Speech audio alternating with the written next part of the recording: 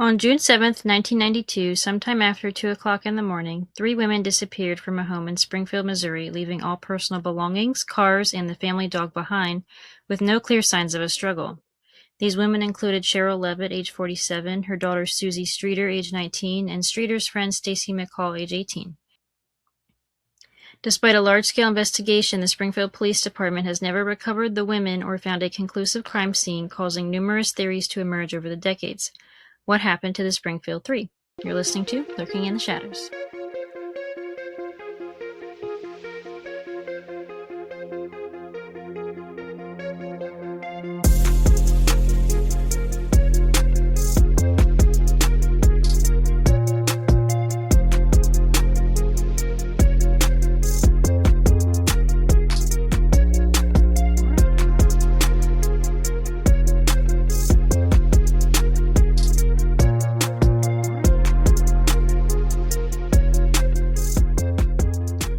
Welcome back, Shadows. Hell yeah. Hey.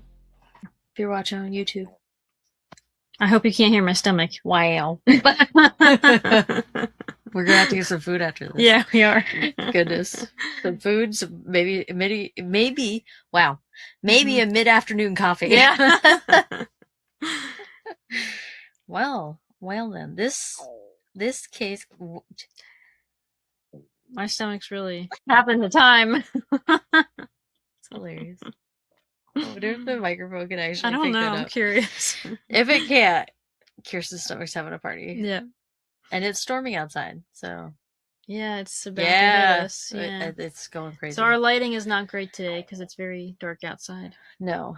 But this case has been on the list since I think the beginning.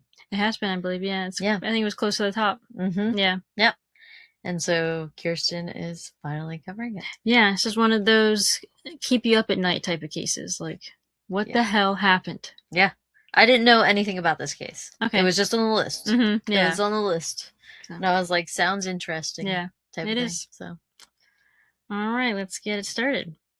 So the timeline of this story begins on June 6, 1992. Suzanne Elizabeth Streeter, who goes by Suzie, was 19 years old, and her best friend, 18-year-old Stacy McCall, had just celebrated a major milestone by graduating from Kickapoo High School together that evening. Both Suzie Streeter and Stacy McCall came from very different backgrounds, growing up in different family dynamics before their lives intertwined in elementary school, and then came together again at Kickapoo High School. Suzie was born in Seattle, Washington on March 9, 1973. Her parents divorced during her childhood. In 1980, Suzie moved to Springfield, Missouri with her mother, Sherrill Levitt, and her older brother, Bart. Suzie and Sherrill shared an incredibly tight, affectionate bond. Sherrill worked as a dedicated cosmetologist, and the pair had recently moved into the East Delmar Street home that they would eventually vanish from, which Sherrill was actively renovating at the time. And her mom, Sherrill, was a hairdresser. Oh, cool. Suzie chose to have a quiet dinner at home with her mother on graduation night before heading out to parties. Suzie is described as outgoing and fun-loving. She struggled slightly with reading as a child and was held back one year, making her 19 at graduation. In high school, she tended to hang out with a relaxed but also described as rowdy crowd. Stacy Kathleen McCall was born on April 23, 1974. Stacy was the youngest of 3 daughters raised in a highly stable, close-knit, protective family by her parents Janice and Stu McCall. Stacy was described as warm, upbeat, and full of positive energy. Stacy was driven and busy. She balanced school with 2 jobs, working as a secretary at the Springfield Gymnastics Center and occasionally modeling wedding gowns. Oh, that's cool. Mm-hmm. I actually worked with somebody who their previous job was one of those people who worked in a bridal gown shop and helped you pick out your dress and stuff. I feel like that'd be a fun job. Yeah, they said how much they loved it. Yeah, I think that would be cool. Yeah, because you're kind of like being part of someone's, big like day. Like really special day. Yeah. And then the modeling she did was for like a local family friend's boutique in town. That's cute. Yeah. Unlike Suzie, Stacy was firmly rooted in a more conventional, popular high school clique. She was highly anticipating the college experience, planning to attend Southwest Missouri State University, which is now just known as Missouri State University, that fall to study and join a sorority. Suzie and Stacy first met in 2nd grade and quickly became inseparable childhood friends, frequently hosting sleepovers. However, when Stacy was 12, her family moved out of town for a short time, and by the time they returned a couple years later, the girls had drifted into different circles at Kickapoo High School. Despite traveling in different social circles for most of high school, the shared excitement of their senior year brought them back together. They renewed their close bond just in time to celebrate graduation together, a reunion that unexpectedly led them to the same fate that June night. Suzie Streeter and Stacy McCall attended high school graduation at the Hammond Student Center around 4 p.m. on June 6th. Suzie's mother, Sherrill Levitt, the third victim in this case, attended the ceremony. After graduation, the school provided an alcohol-free after-hours party in the building until 8 a.m. on the 7th that the girls chose not to attend because they had plans to meet up with another friend named Janelle Kirby to attend some graduation parties together. That night? Yeah. Yeah, okay. Because I think we went, didn't we go to, what was it called, post-prom? We went to post-prom. Oh, wait, no, this is graduation, so I don't know what I'm thinking of. But I don't think we had a graduation party that went all night long at the high school. No, they had a little shindig after that I didn't participate in, but... Yeah, it said it was all night, went until 8 a.m. the next morning. They had nothing like that. Yeah, I didn't think so. No. Between 6 p.m. and 10 p.m., the girls spent time with their families and had dinner with their families. Suzie took photographs that evening at her house with her friend Nigel Kenny before departing for the Kirby residence around 10 p.m.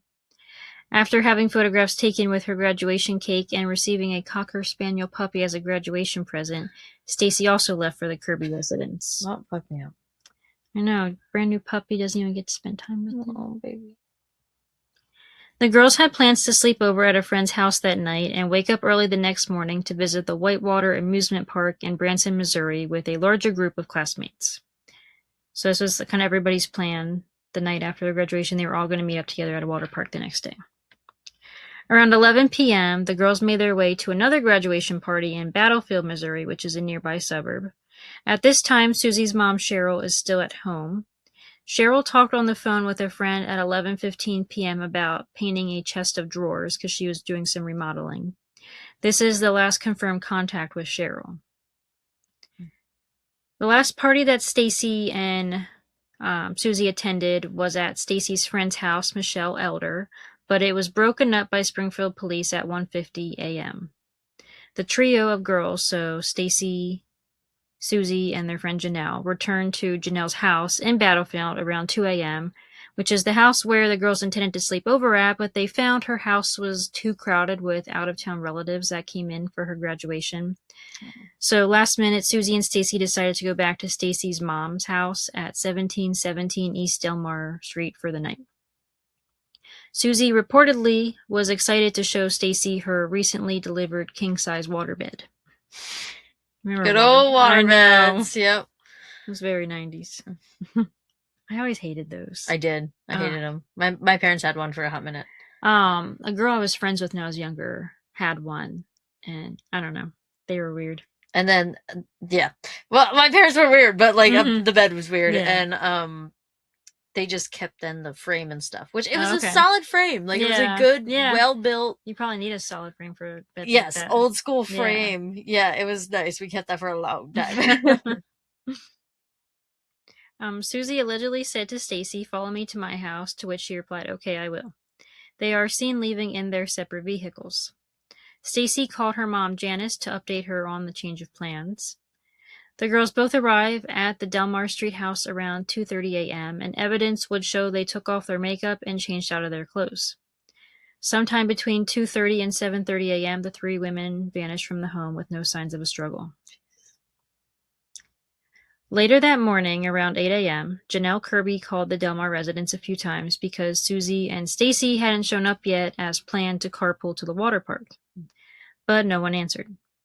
Janelle is quoted saying, "I started getting worried because Stacy, she's so responsible, and so is Suzie. I know they just wouldn't take off without telling us they weren't going to Whitewater." End quote. So Janelle and her boyfriend Mike Henson show up at the Delmar house around 9 a.m. to see what's going on. No one answered when they knocked, but they found the door was unlocked, so they went inside, but the house was empty even though all three women's cars were still parked outside. Suzie and Sherrill's dog, a Yorkshire Terrier named Cinnamon, was still inside and appeared agitated. The only other abnormality the two noticed was the glass lampshade of the porch light was shattered, but the light bulb was still there and intact. So, like, the glass around it was shattered. They didn't, Like, somehow fell down, I guess. Unfortunately, Janelle and her boyfriend were trying to be helpful, and they swept up the broken glass. Mm-hmm. Yep. Maybe the only evidence. Yeah. Also, while they were still inside the house, the phone rang. So Janelle picked it up. An unidentified male was making highly lewd, profane, and sexually explicit comments. So Janelle hung up. Ugh. Immediately after, the phone rang again, and the same man made further explicit sexual innuendos before hanging up. Ugh. I don't know, the fact that this person just happened to call while two people are inside searching, yes. Like, it makes you wonder, like, is someone watching? Listen, and how is my case just about somebody who wants to, like, call the family in? Yeah. With Larry Gene Bell? Yeah. Yes. Calling the family like a psycho. Yeah. So, I don't know. It's either someone's watching or that was just really unfortunate timing. I don't know. There's no coincidence. Yeah. And true crime. Janelle did recall Suzie complaining about prank calls at the residence since moving in with her mom in the spring of 1992. But with no signs of Suzie or Stacy, Janelle and Mike decided to head to the water park without them.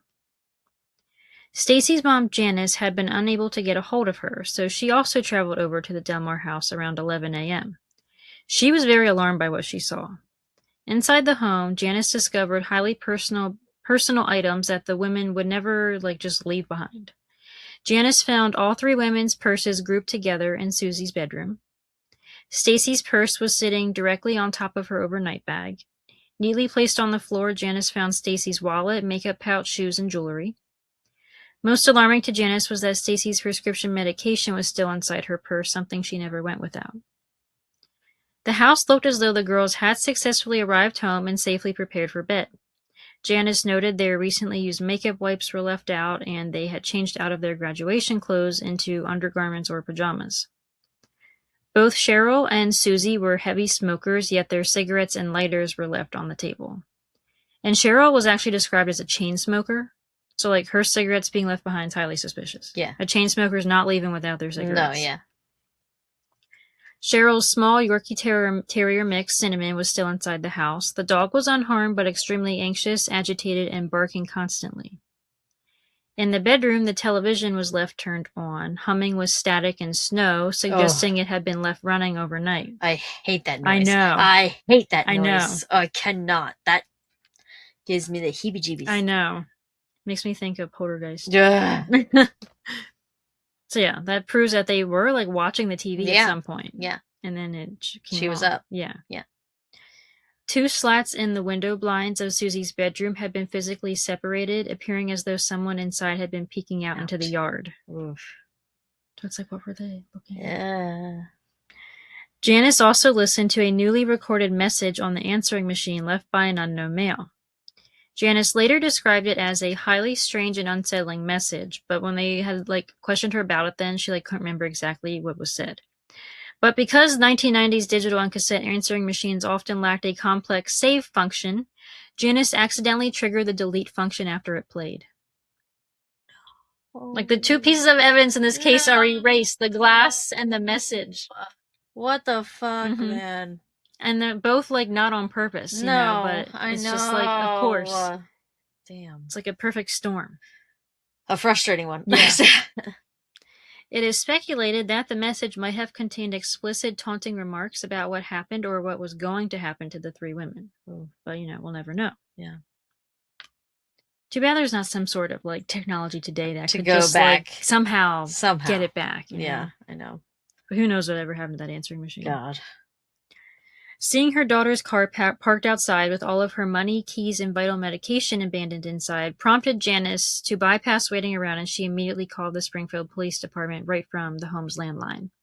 And then in Cheryl's purse was also $900 from her job at the hair salon. So people aren't leaving without that kind of stuff. No. When the first officer arrived on Sunday, June 7th, 1992, around 12:30 p.m., he saw no signs of forced entry, no blood, and no obvious struggle inside the home. At the time, law enforcement police policy typically required waiting 24 to 48 hours to declare adults missing. The officer did not tape off the house or secure the perimeter. Up to 10 to 15 friends and family members walked through the house, sat on the beds, used the bathroom, and touched surfaces while they're all coming together to figure out what's going on. Okay, yep. Let's just, yeah. They drank out of glasses in the kitchen, touched the victims' purses. By the time forensic teams arrived days later, distinguishing the abductor's fingerprints or DNA from the visitors was virtually impossible. Yep. Nothing they could do. Yep. Nope. It took roughly 24 hours for the police department to realize the gravity of the situation. Oh my God. Once investigators cross-referenced that all three men's vehicles, keys, money, and medication were left behind, they finally sealed the house and escalated to an active abduction investigation. However, by that point, the damage to the crime scene was already done. Yeah. Yeah, what?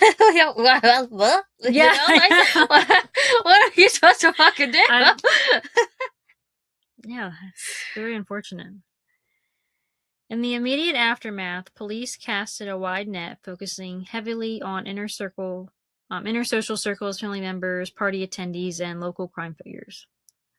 Bart Streeter, Sherrill's son and Susie's older brother, was questioned because he was actually estranged from his mother and sister at the time, so police thoroughly investigated him as a potential suspect.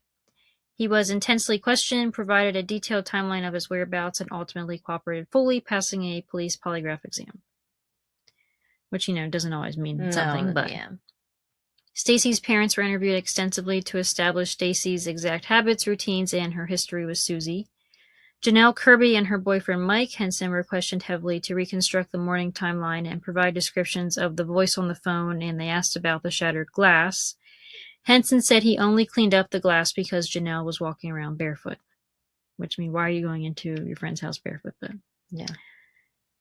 Police tracked down and interviewed the teenagers and parents who hosted the home celebrations in Springfield and Battlefield to confirm exactly what time Suzie and Stacy had left. Dustin Rekla, Suzie Streeter's ex-boyfriend, was one of 3 to 5 people police initially held a heavy interest in. Rekla had been recently involved in a local grave robbing and vandalism scandal, which drew heavy suspicion toward him and his friends. He was interrogated and given a polygraph test, so I guess he passed that, because nothing else ever came from it. Okay. Nigel Kenny, a co-worker and close friend of Suzie, stated she was, quote, a creature of habit and very particular about parking her vehicle in the same spot of the residence's driveway. Kenny believes that because Suzie's car was not in the carport as usual, someone else could have possibly been parked in her spot when she and Stacy arrived before dawn on June 7th. So maybe someone was already in the home. Yeah, solid theory. Dozens of residents on East Delmar Street were interviewed. One neighbor reported seeing a suspicious old brown van parked nearby, while another noted hearing a car backfire or a gunshot in the early morning hours.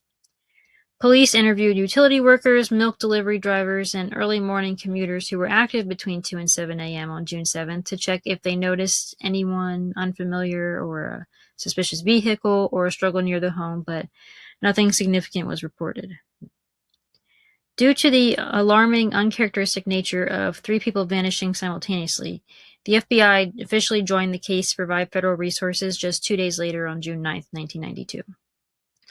In the first 2 weeks following the disappearance, the community response was overwhelming. A volunteer search headquarters was set up at the Hammond Student Center, which was the location where the girls graduated from. Over 2,000 local citizens, classmates, and family friends organized search parties. Teams focused heavily on the rural, dense, and heavily wooded areas surrounding Greene County and the city borders of Springfield. Volunteers walked arm in arm through tall brush, crop fields, and drainage ditches. Despite thousands of man-hours, searchers found 0 items of clothing, jewelry, or personal belongings linking back to the women. The geography of Springfield and southwest Missouri is heavily defined by karst topography, which features thousands of natural sinkholes, limestone caves, and abandoned water wells. Investigators feared an abductor would utilize these deep hidden natural fissures to conceal bodies quickly. The Springfield Police Department deployed specialized rescue teams, cave explorers, and rappelling units to lower themselves into deep vertical sinkholes and unmapped cave systems across the region. So they're really searching. They're working, yeah. Every accessible sinkhole within a multi-mile radius of the Delmar Street home and the girls' driving route was cleared with no results. Local authorities quickly expanded the search radius using regional assets. The Missouri State Highway Patrol flew daily helicopter grids over the city and rural counties using thermal imaging and infrared technology, hoping to find disturbed earth or hidden vehicles. Law enforcement dive teams searched local bodies of water, including nearby Lake Springfield and James River access points, dragging the water for any signs of the victims or throwaway evidence. In the weeks after the disappearance, police brought in specialized search dogs. Bloodhounds were given articles of the women's clothing from the Delmar Street home. The dogs tracked scents around the immediate yard, but the trails went cold right at the edge of the driveway, strongly indicating the women were loaded into a vehicle. In late 1992, Crime Stoppers launched a widespread tip campaign. Despite receiving hundreds of calls, the contaminated nature of the crime scene left investigators with zero actionable DNA or fingerprint matches that they could use. So frustrating. It is. Like, literally, if we ever witness a crime, I will stand at the door with a bat and be like, get back! I mean, it's unfortunate about the glass. Yeah. And the answering machine. But keeping the family out. Yeah. But if only they would have just not let people in. I'm sure they could have found something. Yes. That's what I'm saying. Like, those two things, you know what? Absolutely fucking frustrating still. Yeah. But the whole, like, letting people touching the purse, all this stuff. Come on! Like, you're police. Like, even if you don't know it's a crime scene yet, like, why are you letting people in? Yeah. Police looked into some criminal suspects in the mid-90s. Robert Craig Cox was a convicted kidnapper, robber, and former military man who was living in Springfield in 1992. He was interviewed by investigators multiple times, including a high-profile 1996 prison interview. While his girlfriend initially provided an alibi, she later recanted it, prompting a grand jury investigation. However, there was insufficient evidence to charge him with anything. Larry Dwayne Hall was a suspected serial killer questioned by the FBI regarding dozens of abductions across the Midwest. I'll have to add him to the case. I was going to say, is he on the list? Is he on the list? Put him on the list. Investigators interviewed him to see if his timeline as a Civil War reenactor put him in the Springfield area on June 7, 1992, but they didn't find anything to directly link him to the disappearance. That's kind of scary. A Civil War reenactor, serial killer. Probably got off on something. That's gross. Gerald Carnahan was a local Springfield businessman who was later convicted of the 1985 murder of another local young woman named Jackie Johns. Because of his violent criminal history in the area, detectives scrutinized and interviewed him for potential ties to the three women, but he was never connected. On December 31st, 1992, a man called the America's Most Wanted hotline with information about the women's disappearance. But the call was disconnected when the switchboard operator attempted to link him up with Springfield investigators. Police said the caller had, quote, prime knowledge of the abductions, unquote, and publicly appealed for the man to contact them, but he never did. So who knows if that was just a fluke call or... There's so many of that, so... In June of 1997, at the 5-year mark of their disappearance, Sherrill Levitt and Suzie Streeter were legally declared dead to allow family members to settle their estates. Oh, that's sad. It is. Stacy McCall's family declined to declare her dead, still holding out hope. Oh, fuck me up. Because there was no physical evidence, DNA, or signs of a struggle left at the home on East Delmar Street, aside from the broken porch light, I guess, investigators and true crime profilers have had to rely heavily on circumstantial evidence. Over the decades, the investigation has narrowed down to 4 primary overarching theories regarding who targeted the house and why. Theory 1 is Suzie was the target. This theory suggests that the perpetrator was someone known to Suzie Streeter who held a personal vendetta against her. Months prior to the disappearance, Suzie's ex-boyfriend Dustin Rekla and his friends, like I mentioned, were arrested for breaking into a local mausoleum to steal gold teeth from corpses. Ew. Yeah. Suzie had cooperated with the police and given a statement against them. She was rumored to be a key prosecution witness in their upcoming trial. So someone from that rowdy high school crowd might have sought retaliation to silence her or punish her for turning on them. Theory 2, Sherrill was the target.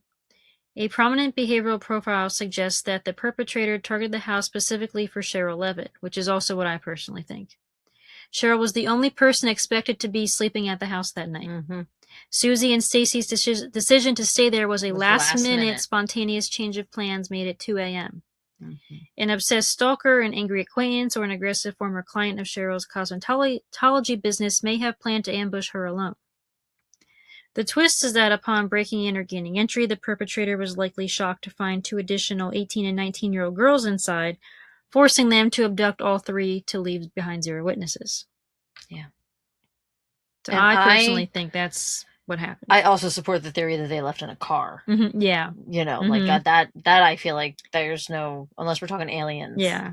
Right. You know, like I don't Which you never know. Yeah, like I will not ever ex-nay. Like, you always come at me with these disappearances, missing people and stuff. I'll never fucking ex-nay aliens as a possibility, okay? Like, you know. We don't freaking know. We don't freaking know. We don't have an answer, it means it's possible. Yeah, it's possible, okay? So, but like, I do really support the theory. Like, they went in a car. Yeah, they were absolutely. Forced in a car. Yeah, I definitely think Sherrill was the target because, yeah, she was supposed to be home alone that night. Who did it? I don't know. Someone that knew she was going to be alone that night. Yes. I don't know if she had an angry ex-boyfriend, or I didn't read anything about her being in a relationship or seeing anyone. But yeah, who would have taken her? I don't know, but I do think she was the target, and then someone just walked in and was like, "Crap, who are these other 2 women here?" Yeah, gotta clean up loose ends. Yeah. Yeah. Theory 3 is a predator followed the girls. Do it. This theory suggests that the crime was completely random, executed by a passing sexual sadist or serial predator. Suzie drove a highly distinct bright red car featuring a personalized Missouri license plate that read Sweeter, spelled S-W-E-E-T-R. Stacy was also driving a distinct red vehicle, so they're saying an experienced predator could have spotted the 2 teenagers driving home from the battlefield party at 2:15 a.m. He followed them to the quiet cul-de-sac on Delmar Street, watched them walk inside, and waited for the lights to go out before making his move. Maybe. Yeah, maybe. I mean, anything's possible, but I don't think that's super likely. Yeah. Theory 4 is a convicted serial predator was responsible. So the FBI and local police heavily investigated known violent predators who were active in Missouri in June of 1992. The 2 most prominent suspects to fit these distinct theories are the Robert Craig Cox theory, who I mentioned, that lived in Springfield in 1992. His alibi was later retracted by his girlfriend. He fit the physical description of a man seen driving a suspicious green van near the house that morning. He later teased reporters from a Texas prison, stating he knew the women were dead and buried and where they could, quote, never be found. The Larry Dwayne Hall theory, who I also discussed, was a traveling Civil War reenactor and suspected serial killer. True crime profilers believe Hall frequently stalked young women outside of community events in high schools, and his traveling timeline put him in the regional area during the graduation weekend. So, I mean, possible. Possible, yeah. Regardless, the most persistent question in all theories is how a single abductor managed to control 3 grown women without causing a massive, loud struggle inside a small home. True. The FBI's VICAT profilers concluded that a single, highly confident perpetrator wielding a firearm could easily control the room. By threatening to shoot one woman, such as holding a gun to one's head, the abductor could easily force the other 2 to comply, bind themselves, or walk out to a waiting vehicle, likely a large van, without making a sound. Which is very possible. Yeah, like, it really is, yeah. If someone pointing a gun at you or someone you love is very scary, and you would likely comply. Yeah. We talked about it an episode or 2 ago. Yeah, in the Larry Jean Bell episode, I think we discussed it. Yeah. Yeah. Like, what we would like to think we would do. Is cause a scene. But in the moment, like, that might not be how you react. Yeah. So, yeah. Because that's, like, also, like, what I always think in this case, like, how did one person get these 3 women if it was one person? 3. It was more. It was more than one person. Or the gun theory is correct. That it was one and they just all complied and followed. Especially if they're holding a gun to someone's head. Like, that's scary. It is. Yeah. The most recent theory in this case is the parking garage theory. In 2002, a local prominent tip surfaced claiming the bodies were buried in the foundation of a new parking garage at Cox Health Hospital, which was under construction around that era. The search occurred not by police, but through private funding. In 2010, an independent mechanical engineer and a reporter hired experts to scan the garage floor using ground-penetrating radar. They identified 3 distinct structural anomalies consistent in shape with graves. The Springfield Police Department reviewed the data but declined to excavate, citing that the concrete for that section of the garage wasn't poured until mid-1993, more than a year after the abductions, making it highly unlikely that an abductor hid bodies there undetected for 14 months. So to this day, no physical trace, article of clothing, or piece of forensic evidence has ever been recovered from any search location. Yeah. We got nothing. Nothing. We got nothing. So 3 women vanished and not a single trace of anything has ever been found. Nope. As of 2026, the disappearance of the Springfield 3 remains an active but completely unsolved cold case investigation. The case hit a somber milestone, making 34 years since the women vanished from the East Elmore Street home this year. Over the years, small additions from Crime Stoppers and private community donations have created a reward for information. Its current figure of $43,000 remains officially active through the Springfield Police Department for information leading to the location of the women or conviction of those responsible. The passage of time has deeply affected the victims' families. Janice McCall, Stacy's mother, has spent more than 3 decades serving as a tireless advocate, working alongside regional missing persons organizations to ensure the community never forgets Stacy, Suzie, or Sherrill. While Sherrill Levitt and Suzie Streeter were legally declared dead in 1997 to resolve their estates, they are still officially classified as missing by law enforcement. A permanent dedication bench continues to stand inside the Victims' Memorial Garden at Springfield Phelps Grove Park, serving as a localized monument to the 3 lives that vanished in a single night. At the time of her disappearance, Sherrill Elizabeth Levitt was 5 feet 0 inches tall, 110 pounds, with short light blonde hair, brown eyes, and pierced ears.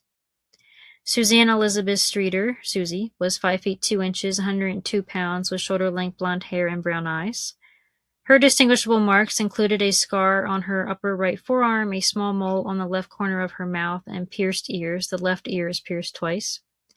Stacy Kathleen McCall was 5 feet 3 inches, 120 pounds, with long dark blonde hair and light-colored eyes. So they were all small women. Very small. Easily to take. Very small.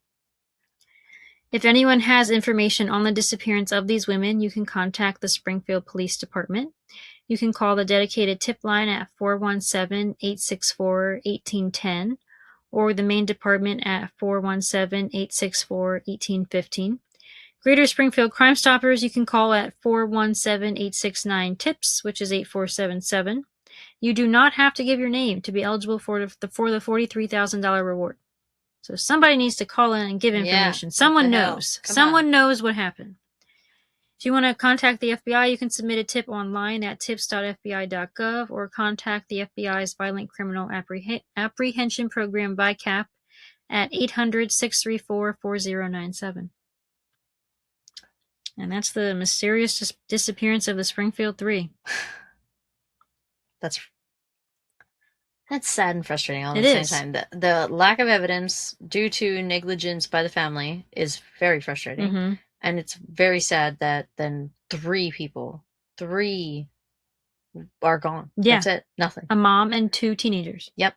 That's just graduated high school. Nothing. The day before. Yep. About to start their lives. Nothing. And we got nothing. Makes me sick. It's like, what is the motive here? Yeah. That's why, we're not really going to know who could have possibly done it without a motive and figuring out who was the target. Yeah. Was this random? Someone just broke in? That doesn't... I don't think it was anyone random. Makes me sad. Someone knew. One of these women. It makes me extra sad because, Kirsten, you always tell these stories. Mm-hmm. I don't think we'll ever fucking know. I know. I really don't. Especially these from the 90s or earlier. Mm-hmm. I don't think without remains, we're not going to know. We're never going to fucking know. Mm-hmm. Even if we get those remains. What if they were strangled? We got nothing. Just bones. Yeah, it's true. Nothing. But I'd be curious to know if we found all 3 sets of remains in the same spot. And where.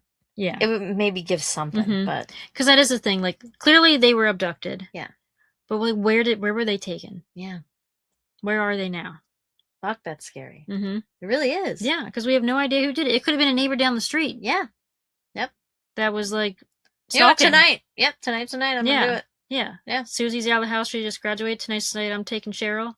Oh, just kidding. Susie's here with her friend. Gotta do them all. Yeah. Yeah, that's scary. Yeah.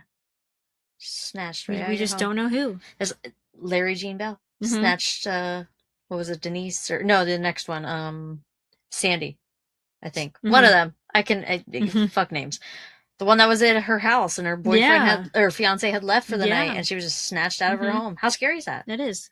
Or even Sherry, who was snatched right out of her mailbox. Mailbox, yes. Just snatched. Gone. Yeah. That's it. It's crazy. And like in this case, like the fact that they didn't, no obvious evidence that we could find because it was contaminated. But still, there was nothing obvious left. Like no blood. Nothing. How did one person do this if it was one person? And nothing left behind? Why is there no struggle inside? Why is there broken glass, but the bulb wasn't broken? You would think if your goal of breaking a light, you're going to break the light. Yeah. You know, like... Yeah, or if one of the girls was like kicking and punching. That's another thing, yeah. They could have... taken out the back door. Yeah. They could have hit the light that way. But it is surprising that the bulb stayed intact. And no blood then. Yeah, and then there's no blood if they did cut themselves. You're punching a light or whatever. Yeah. Unless, a sneaker, I guess, if you like kicked it. But. Yeah, that's true. Yeah. I don't know. We can sit here and theorize. Yeah, all day. All day? Mm-hmm. Per usual for your cases, really. Yeah. So please leave us your theories in the comments because I want to know. I want to know what you think. I need answers. Yeah. Yep. For all these. Yeah. We want answers. Yeah. I unfortunately don't know if we'll ever get them. But I know. I just hope that one day when we die, we all go to a place where you can see everyone that's died is all there together and we can get answers that way and can ask them what happened. Yeah. What happened to you? Yeah. Yeah. That's what I hope someday. Yeah. Who's first on your list to ask? That's a good question. Yeah. I don't know. That's a loaded one. I want to know what happened to John Benet Ramsey. I knew you. Yes, that's the first thing that came to my mind. I want to know what happened to John Benet. Yeah. But then also another disappearance we haven't covered yet, Bryce Laspisa. That one's a really bizarre. I want to know what happened to him. Where'd he go? And the very first case we covered, Brianna Maitland. Yeah. Where is she?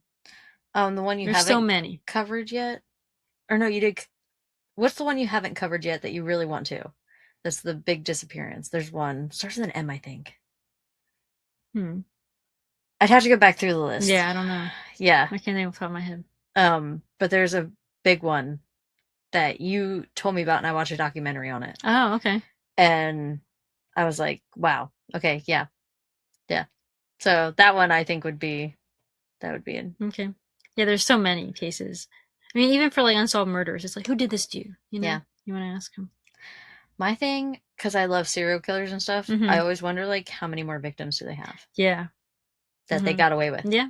Because they were already caught. They didn't need to sit here and confess anymore. Right. Because even in our Looking in the News, I recently covered one where a Ted Bundy victim was discovered that he killed her. Mm-hmm. And he never mentioned her. Yeah. Yeah.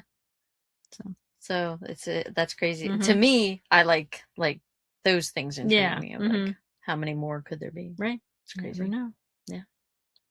Make Like a Shadow and follow us on Facebook, Instagram, and YouTube at Lurking in the Shadows Podcast. If you have any questions, concerns, or case suggestions, or insults for our for the bad guys, people, shoot us a Gmail at Lurking in the Shadows Podcast at gmail.com and keep lurking around for our next episode.